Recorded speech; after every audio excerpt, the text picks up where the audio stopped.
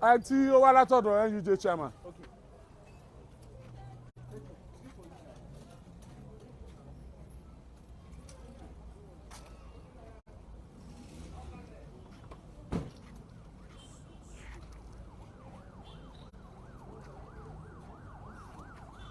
This is your daughter? Yes, drop it. Good evening, how are you?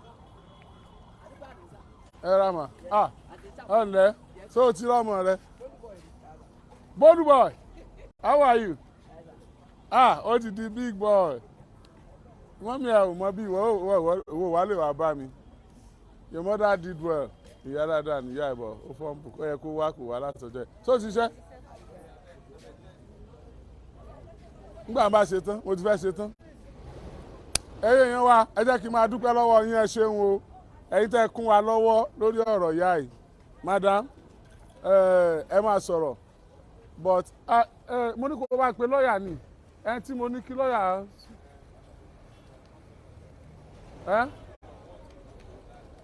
Bá ń pè é, ibo ló wà báyìí? Bá ń pè é. Just to find out ibi tó wà. Torí pé mo fẹ́ kẹ́ meet lawyer, mo fẹ́ kẹ́ ṣàlàyé fún. So because a ti ready láti take up matter yín fúnra wa. So a lọ sí police station yẹn, a pẹjọ́ fúnra wa, a dẹ̀ ṣe tẹ́ fi máa rẹ́tọ̀ yín gbà. For pending the time, àwa fún yín ní 1 million naira.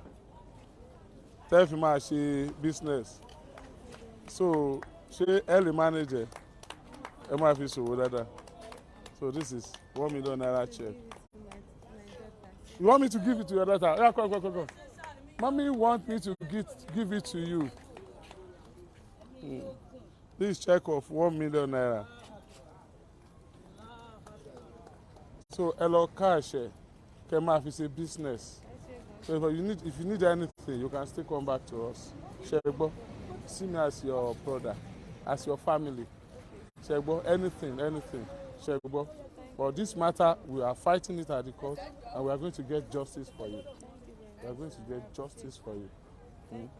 So I will give you this. You appreciate our followers, our supporters that have been there, supported us on this your matter before we arrive at this.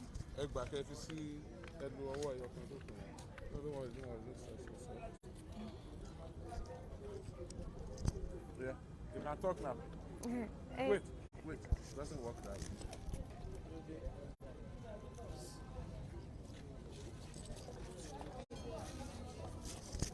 You can talk. Ẹ ṣé gan, mo dúpẹ́ lọ́wọ́ yín. Mo mọ ibi tí màá ti bẹ̀rẹ̀ sí ní dúpẹ́ bẹ́ẹ̀. Mo pé kí wọ́n dúpẹ́ láti ní dọ́là sẹ̀. Mo pé Ọlọ́run máa bá mi reward yín. Ẹ ṣé gan, mo appreciate yín. Ẹ ṣé gan. I don't know anything to say. Ẹ má bínú, àná ẹ̀ ní fẹ́ fún yín bọ̀ ìgbà tí mo dé bí mi ò mọ́lẹ̀ ti lọ. Ẹ má bínú. Nísìsiyìí tí mo dẹ̀ ṣe ní kẹ́ wá ni pé mo fẹ́ kí ẹ lè bá lọ́ọ̀yà yẹn sọ̀rọ̀. Mo sọ pé àwọn explanation tẹ bá fún iná fún máa mọ bó ṣe máa fáìtẹ̀. Kò gbé kọ̀. Mo ti gbé. Ta ló máa pick ló máa gbé yín lọ báyìí? Ṣé dájú bá mi? No, ó yẹ kí n padà owó tí mo fi wọ mọ́tò rà. So wọ́n yá mi. So mi kàn dúró lọ́dọ̀ dáàdì for today, ó yẹ kí n ti máa lọ bẹ̀. Driver yẹn náà ṣì máa gba owó ẹ̀. So màá pè é. Ṣé ẹ ti máa dúró lọ́dọ̀ dáàdì lẹ́yìn àbí? You want to go back to? I want to go back home because she's still doing an exam. I want you to. She has an exam. When? Is it on Friday? Tomorrow is Friday, She has exam on Friday. Yes. Please, I want you to. Tomorrow is Friday now. You have exam tomorrow. Wait. Hello, lawyer. Ask Sarah, go there.